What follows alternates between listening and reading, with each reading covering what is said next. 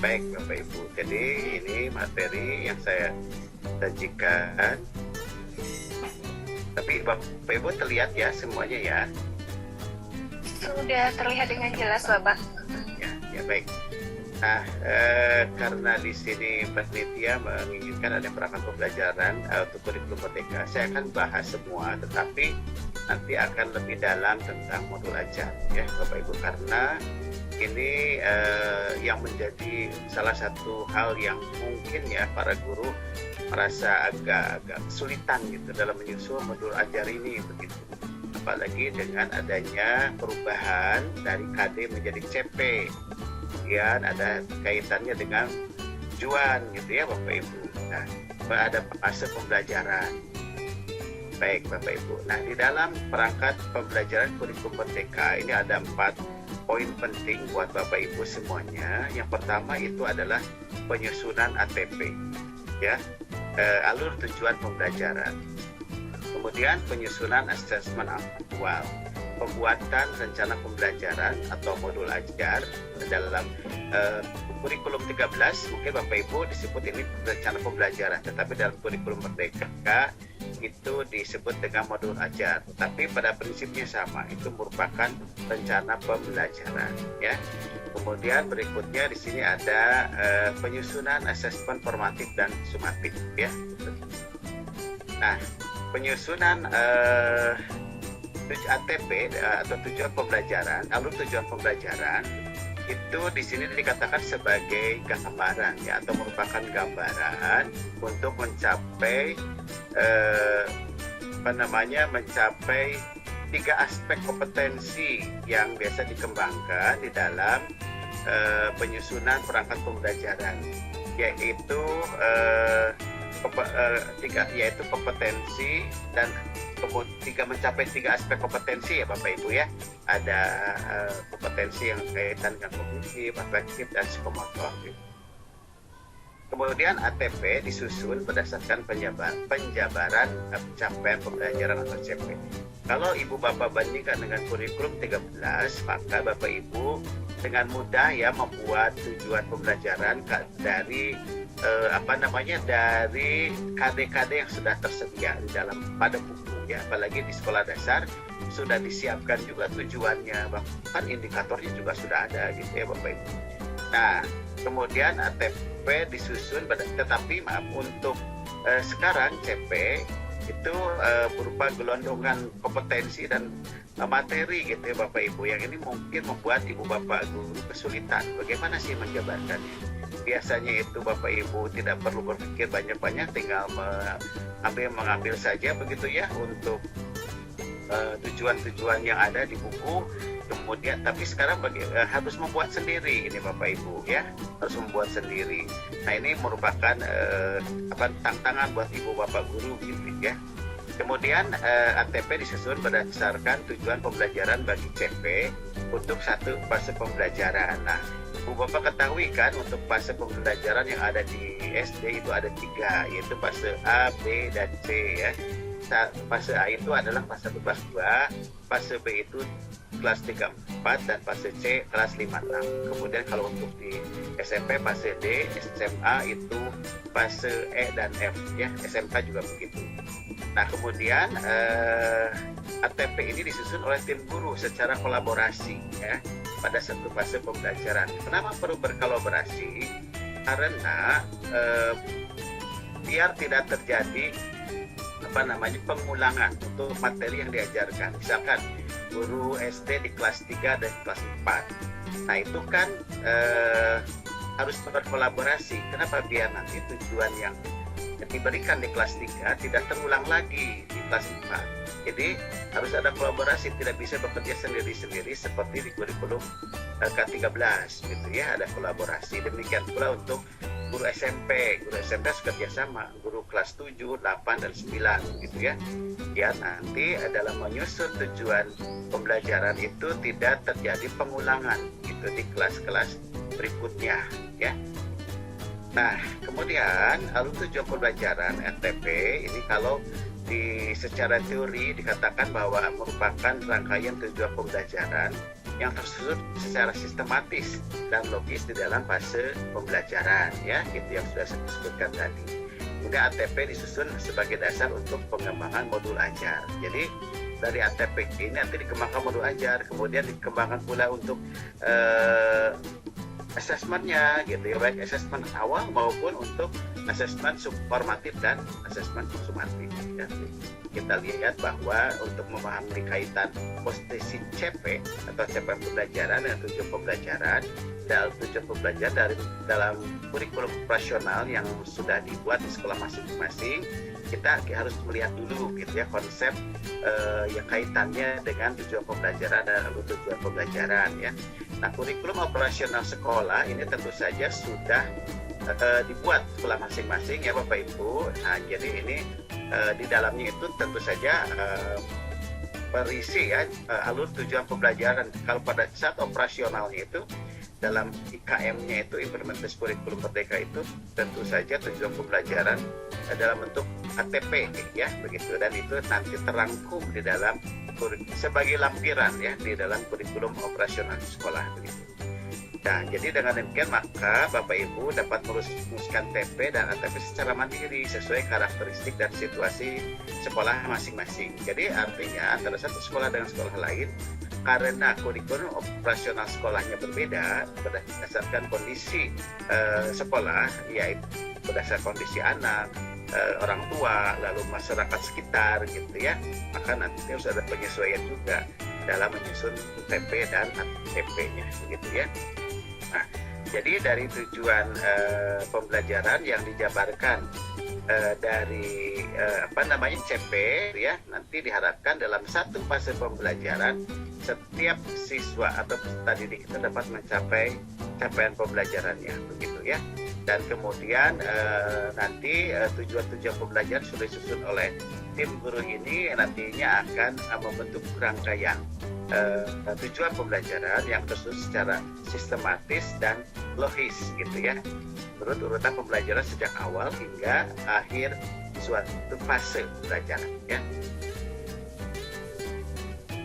Nah, nanti akhirnya dari tujuan pembelajaran lalu tujuan pembelajaran akan bermuara pada modul ajar, gitu Bapak Ibu, ya, sehingga nanti ada dimungkinkan bahwa modul ajar yang disusun oleh para guru itu banyak jumlahnya Bapak Ibu, ya, karena rangkaian tujuan pembelajarannya ini juga banyak, gitu Bapak Ibu, ya. Nah, kemudian tujuan pembelajaran atau TP terdiri dari kompetensi, ya, kemampuan yang mencakup sikap, pengetahuan dan keterampilan yang dapat didemonstrasikan peserta didik. Artinya dapat ditunjukkan bahwa setelah belajar anak dan guru sudah membuat tujuan pembelajarannya, maka tidak dapat ditampilkan apakah dia itu mencapai tujuan pembelajaran atau tidak, gitu ya, tergantung dari asesmennya yang dilakukan oleh guru. Kemudian yang berikutnya adalah konten. Itu merupakan ilmu pengetahuan inti atau konsep utama yang terdapat di dalam tujuan pembelajaran yang tentu saja ini awal mulainya dari CP, ya, capaian pembelajaran. Nah, kemudian merumuskan TP dan ATP dari kalimat CP, pertama adalah rumusan TP mengacu pada kompetensi dan konten yang ada di CP, dan kemudian juga di situ ada elemen-elemen, ya, di dalam CP itu. Kemudian yang kedua, mengidentifikasi dimensi profil pelajar Pancasila yang dapat terkait dengan kompetensi yang ingin dicapai, ya, begitu. Jadi di situ ada muatan karakternya, ya, yaitu dimensi profil pelajar Pancasila. Kemudian elemen dalam CP itu apa? Setiap CP itu untuk suatu mata pelajaran memiliki beberapa elemen atau kelompok kompetensi yang esensial yang berlaku sama dengan untuk semua fase pada mata pelajaran tersebut. Jadi artinya kan fase-fase itu per kelas begitu, ya Bapak Ibu, sehingga nanti di sini terdapat kelompok-kelompok kompetensi esensial yang harus dimiliki oleh para siswa. Nah, masing-masing elemen tersebut memiliki capaian per fasenya sendiri yang saling menunjang untuk mencapai pemahaman yang dituju, ya. Kemudian elemen sebuah mata pelajaran mungkin saja sama atau berbeda dengan mata pelajaran yang lainnya. Ini karena karakteristik dari mata pelajaran itu berbeda-beda, Bapak Ibu, ya. Nah, kemudian Bapak Ibu, berikutnya kita menginjak kepada asesmen awal. Nah Bapak Ibu, untuk asesmen awal ini untuk di kurikulum Merdeka itu merupakan prasyarat sebelum siswa belajar, gitu ya Bapak Ibu, sehingga para guru itu bisa mengetahui kekuatan dan kelemahan kompetensi yang sudah dimiliki siswa. Karena secara alami bahwa siswa itu kan tentu saja ada yang memiliki kemampuan lebih, ada yang memiliki kemampuan sedang dan kurang ya. Kemudian juga ada juga yang belajarnya itu berdasarkan auditori, ada visual gitu. Nah ini macam-macam Bapak Ibu. Nah, oleh karena itu diperlukan adanya asesmen awal.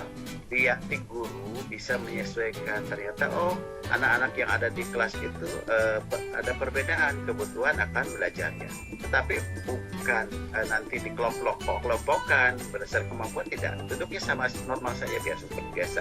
Apakah mau berbentuk tradisional atau tempat duduknya ataupun mau kelompok-kelompok ya gitu. Ini dalam hal pelayanannya Bapak Ibu ya. Jadi dikatakan ini menurut Mas Menteri katanya bahwa asesmen awal adalah asesmen yang dilakukan secara spesifik untuk mengidentifikasi kompetensi, kekuatan, kelemahan peserta didik sehingga pembelajaran dapat dirancang sesuai dengan kompetensi dan kondisi peserta didik. Nah, lalu tujuan asesmen awal itu apa? Nah, ini dibagikan ada dua, yaitu secara kognitif dan non-kognitif Bapak Ibu ya. Nah, untuk tujuan asesmen awal yang kognitif ini adalah mengidentifikasi pencapaian kompetensi kepada peserta didik. Kemudian yang kedua, merancang pembelajaran yang sesuai dengan kompetensi rata-rata peserta didik. Gitu. Jadi artinya Bapak Ibu tidak perlu membuat beberapa modul ajar karena siswa kemampuan beda-beda, tidak. Tetapi Ibu Bapak bisa melihat rata-rata kemampuan anak itu pada posisi mana, sehingga Bapak Ibu dapat membuat modul ajar atau RPP-nya itu berdasarkan kompetensi rata-rata yang dimiliki siswa kelasnya ya. Kemudian yang ketiga, membentuk kelas remedial yang mampu mengakomodir peserta didik dengan kemampuan di bawah rata-rata. Nah, jadi artinya juga di sini harus menampung kemampuan anak yang di bawah rata-rata, dan ini perlu perlakuan khusus dari gurunya karena kebutuhan belajarnya lebih banyak dibandingkan dengan anak-anak yang kemampuannya lebih bagus. Lalu tujuan asesmen awal yang kognitif sebagai berikut Bapak Ibu ya: mengidentifikasi pencapaian kompetensi peserta didik, merancang pembelajaran yang sesuai dengan kompetensi peserta didik, membentuk ini sudah ya Bapak Ibu tadi. Nah, kemudian lanjut untuk tujuan asesmen awal non kognitif adalah sebagai berikut, yaitu memahami tingkat kesejahteraan psikologis, emosi dan sosial peserta didik, lalu mengetahui aktivitas peserta didik saat belajar di rumah, kemudian memahami kondisi keluarga. Ini jadi pada aspek sosial yang dimiliki oleh siswa ya Bapak Ibu. Kemudian memahami latar belakang pergaulan peserta didik, mengidentifikasi karakter, minat, serta dia belajar peserta didik.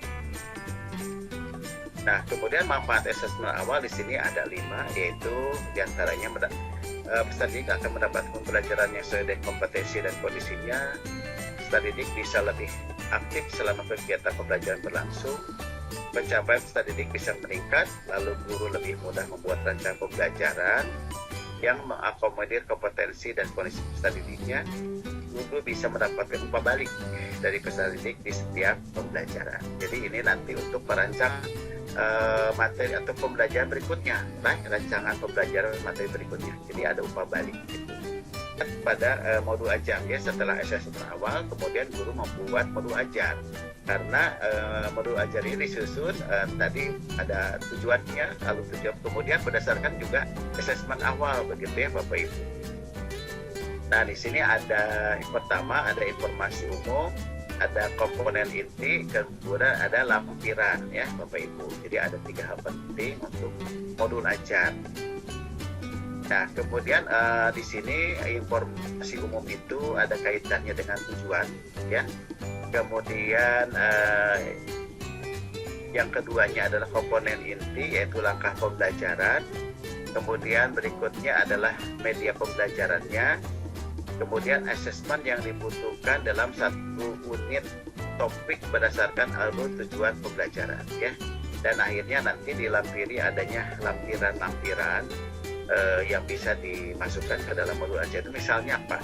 Misalnya bahan ajar Bapak Ibu, karena di dalam modul ajar ini memberikan kesempatan kepada para guru untuk mengembangkan bahan ajar itu dari berbagai sumber Bapak Ibu ya, dari berbagai sumber. Sekarang kan banyak sekali di internet Bapak Ibu ya, Google itu sumber-sumber belajar yang bisa di-update oleh para guru, tidak hanya buku cetak saja Bapak Ibu ya. Sehingga pada saat tahap awal modul ajar itu Bapak Ibu di tahun 2020 mungkin 2021 itu banyak sekali Bapak Ibu ya, halamannya itu sampai mencapai ada yang 30-40 halaman. Kenapa? Karena bahan ajarnya itu lampirannya banyak begitu Bapak Ibu ya gitu. Karena para guru mengambil dari berbagai sumber sehingga halaman daripada modul ajar itu menjadi banyak. Padahal dari kegiatannya yang untuk mulai dari kegiatan awal, kemudian dari tujuan, identitas tujuan sampai kepada untuk evaluasinya itu tidak begitu banyak halamannya. Ya tidak jauh beda lah dengan RPP yang sudah disusun di dalam kurikulum 13 ya. Nah, berikutnya di sini untuk modul ajar itu ada informasi umum.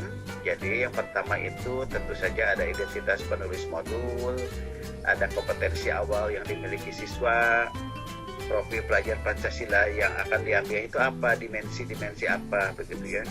Kemudian sarana prasarana yang dibutuhkan dalam pembelajaran, lalu target peserta didiknya ingin apa begitu ya. Kemudian model pembelajaran yang digunakan.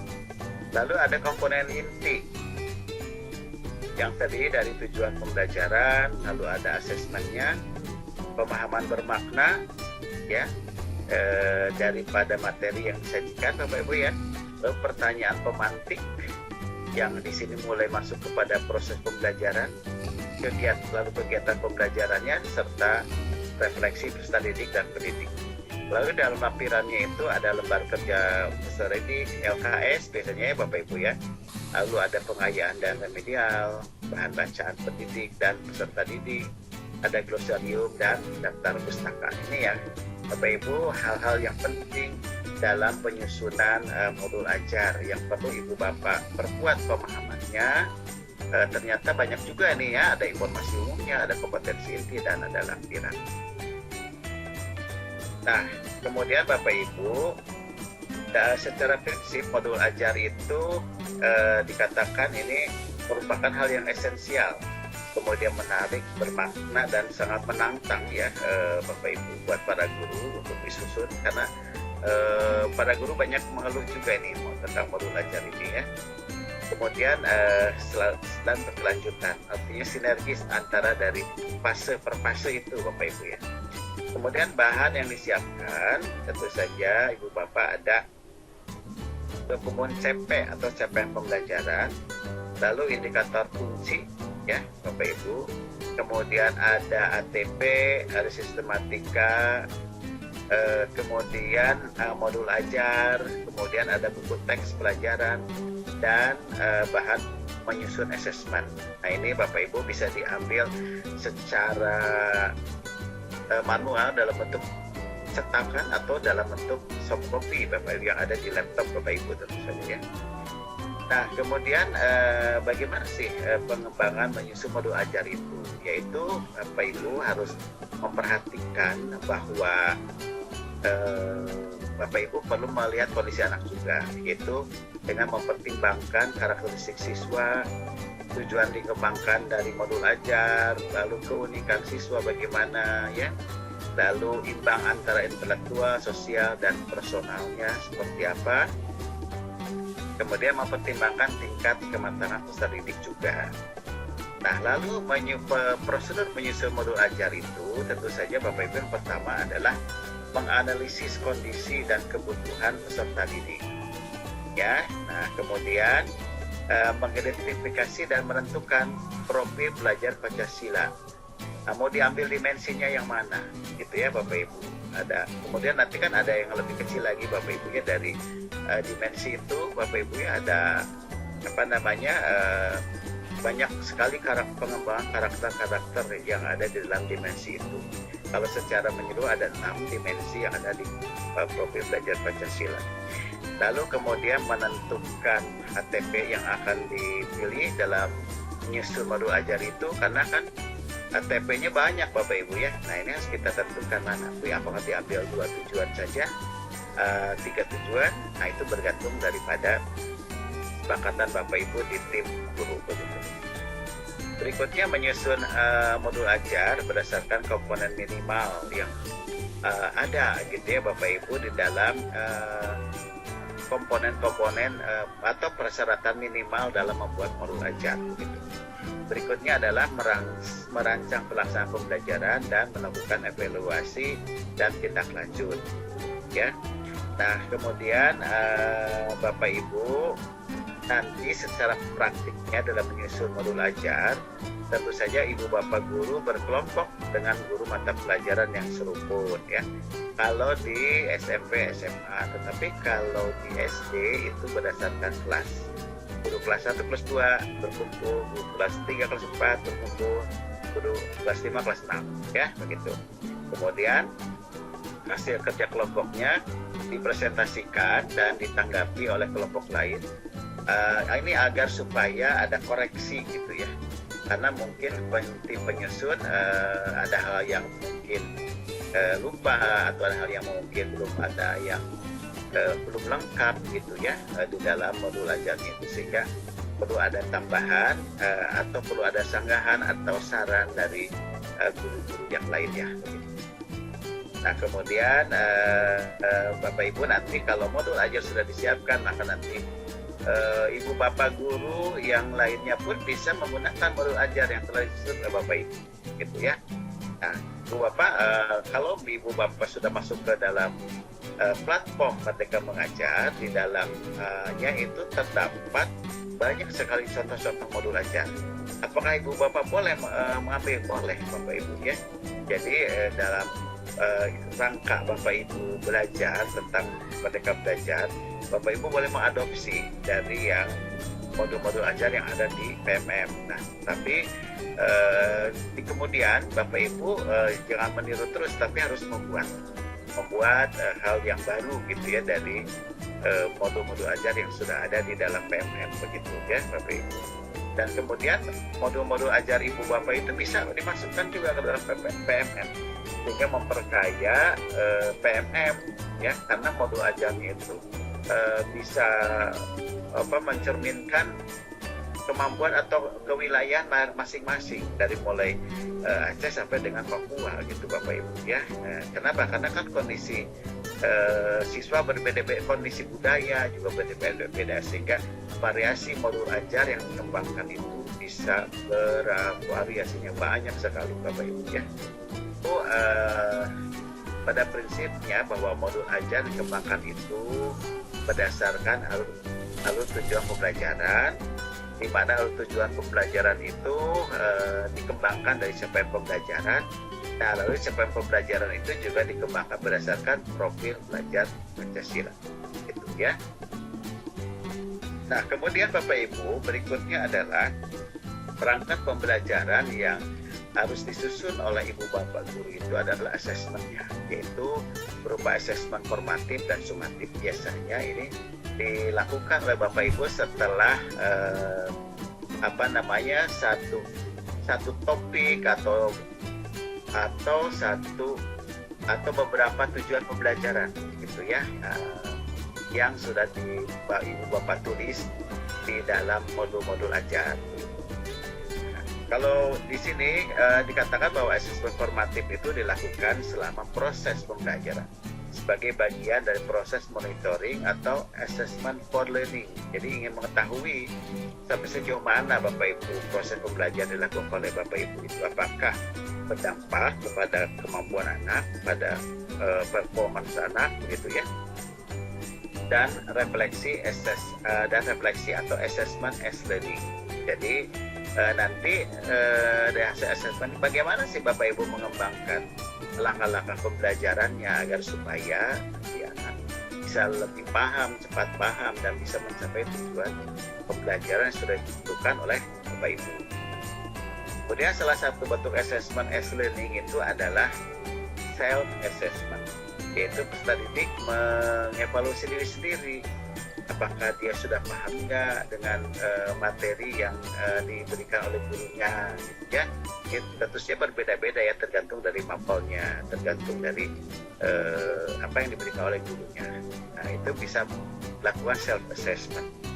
Hasil assessment formatif adalah improvisasi pembelajaran yang sedang berlangsung. Artinya, begitu dilakukan tes formatif, maka pada pertemuan berikutnya dan dilakukan atau dibuat modul ajar pada tujuan berikutnya, itu tentu saja harus ada improvisasi.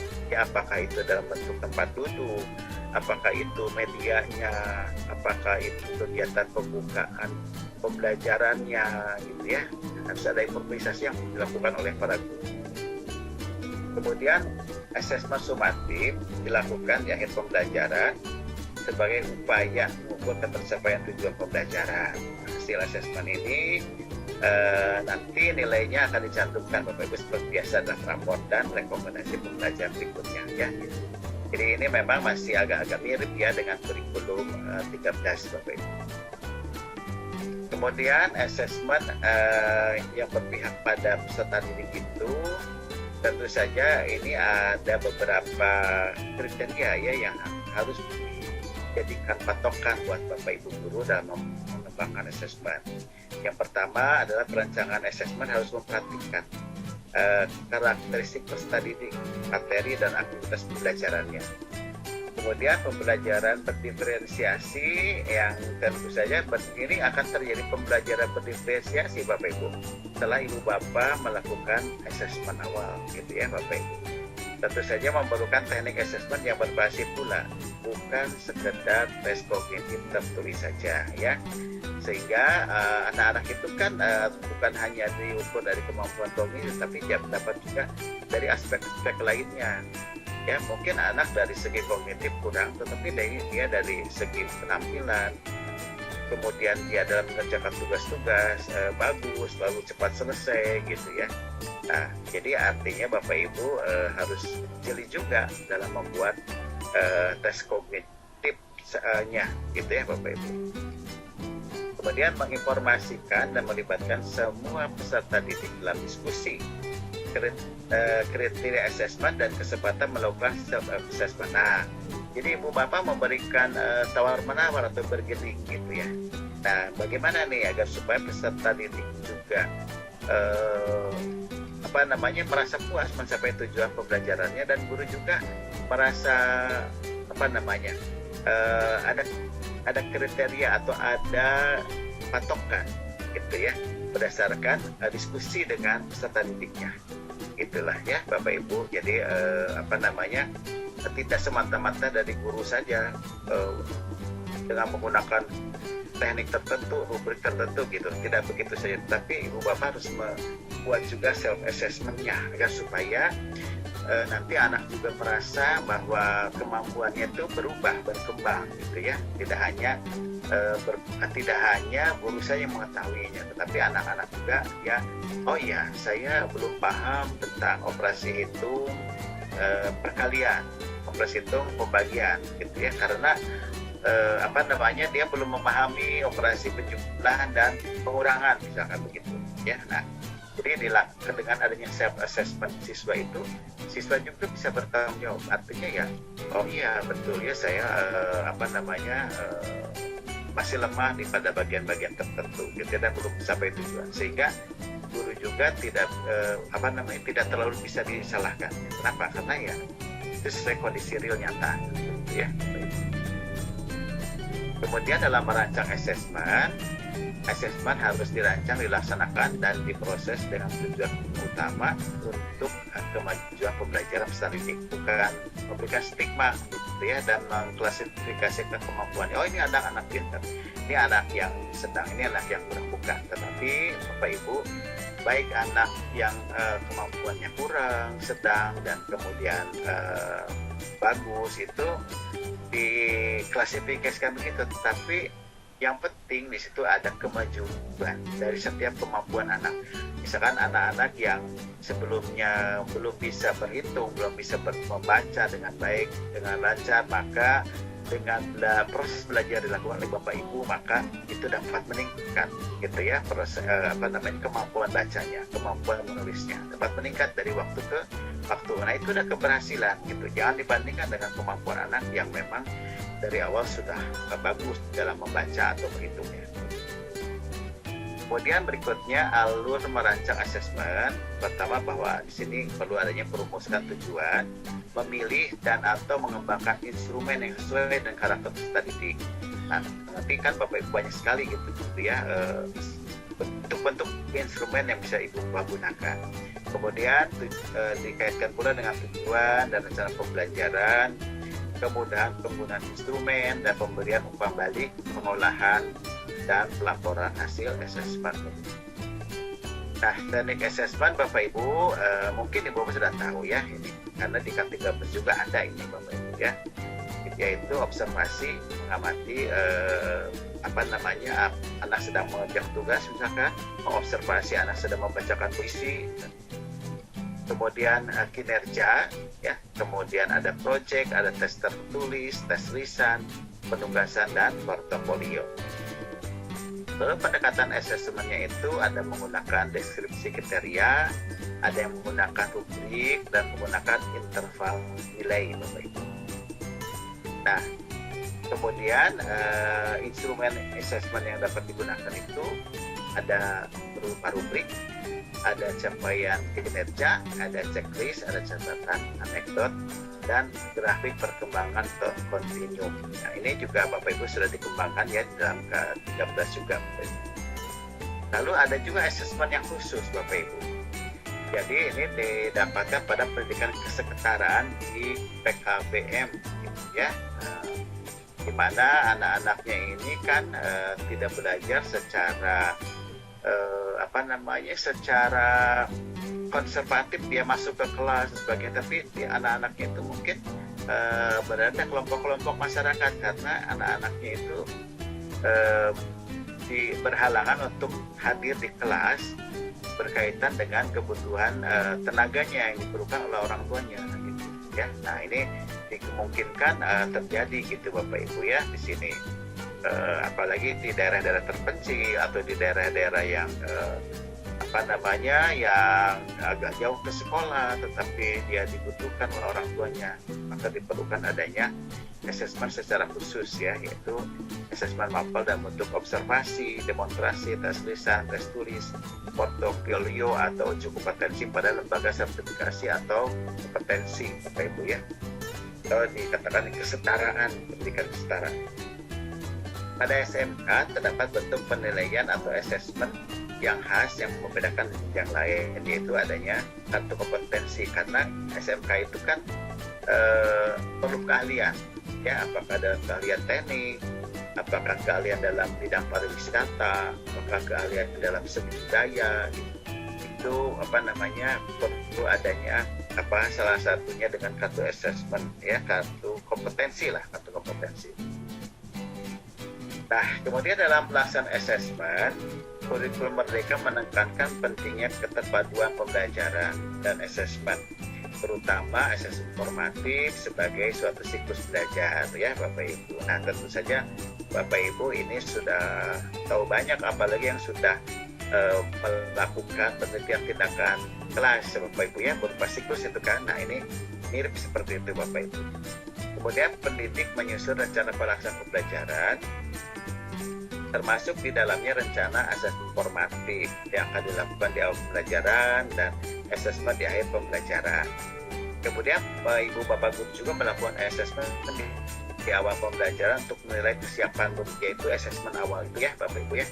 Kemudian berdasarkan hasil asesmen, pendidik dapat memodifikasi rencana dibuatnya gitu ya. Boleh pada saat setelah satu kali proses pembelajaran lalu ada hal yang kurang perlu diperbaiki, nah itu bisa dijadikan patokan hasil asesmen. Berikutnya melaksanakan pembelajaran dan menggunakan berbagai metode asesmen formatif untuk memonitor kemajuan belajar. Berikutnya melaksanakan asesmen di akhir pembelajaran untuk mengetahui tujuan pembelajaran, dan asesmen dapat digunakan sebagai asesmen awal pada pembelajaran berikutnya. Nah, kemudian pengolahan hasil asesmen tentu saja bisa digunakan dengan cara kuantitatif maupun secara kualitatif, yang berupa kalau kuantitatif dengan angka, kalau kualitatif menggunakan rubrik deskriptif ya. Kemudian dalam asesmen formatif, kriteria standar sebagai tujuan fasilitasi pembelajaran dapat ditentukan oleh guru dan peserta didik bersama-sama. Umpan balik diberikan pada peserta didik dalam refleksi proses belajar. Kemudian umpan balik diberikan pada guru dalam refleksi kualitas pembelajaran. Jadi murid bisa memberikan masukan pada guru, terbuka sekarang ya. Jadi ibu bapak, saya tidak mengerti apa yang diajarkan oleh bapak ibu gitu. Lalu ibu bapak ini perlu penjelasan lebih lanjut tentang materi ini atau materi apa yang diajarkan di kelasnya gitu. Jadi itu lebih terbuka sekarang bapak ibu ya. Kemudian kriteria yang digunakan dalam asesmen sumatif adalah ketercapaian tujuan pembelajaran yang terstandar, artinya yang sudah dibuat oleh para guru tujuannya. Lalu asesmen formatif hanya untuk perbaikan proses pembelajaran. Asesmen sumatif dilaporkan dalam bentuk rapor. Ini dalam kurikulum 13 juga Bapak Ibu seperti ini ya, yang sudah dilakukan oleh Bapak Ibu sehari-hari begitu. Memang tidak begitu jauh beda ya dengan kurikulum asesmen yang diberikan di K13 gitu. Saya ucapkan terima kasih atas perhatiannya Bapak Ibu, dan selanjutnya kita berdiskusi Bapak Ibu ya. Jadi saya senang sekali kalau Ibu Bapak menemukan temuan-temuan dalam implementasi kurikulum Merdeka ini, sehingga nanti Bapak Ibu bisa menjadi lebih jelas dan lebih paham, dan mungkin juga bisa memberikan masukan kepada tim pengembang kurikulum Merdeka. Ya, baik Bapak Ibu, saya kembalikan kepada Mbak Rere untuk memandu acara berikutnya. Silakan Mbak Rere.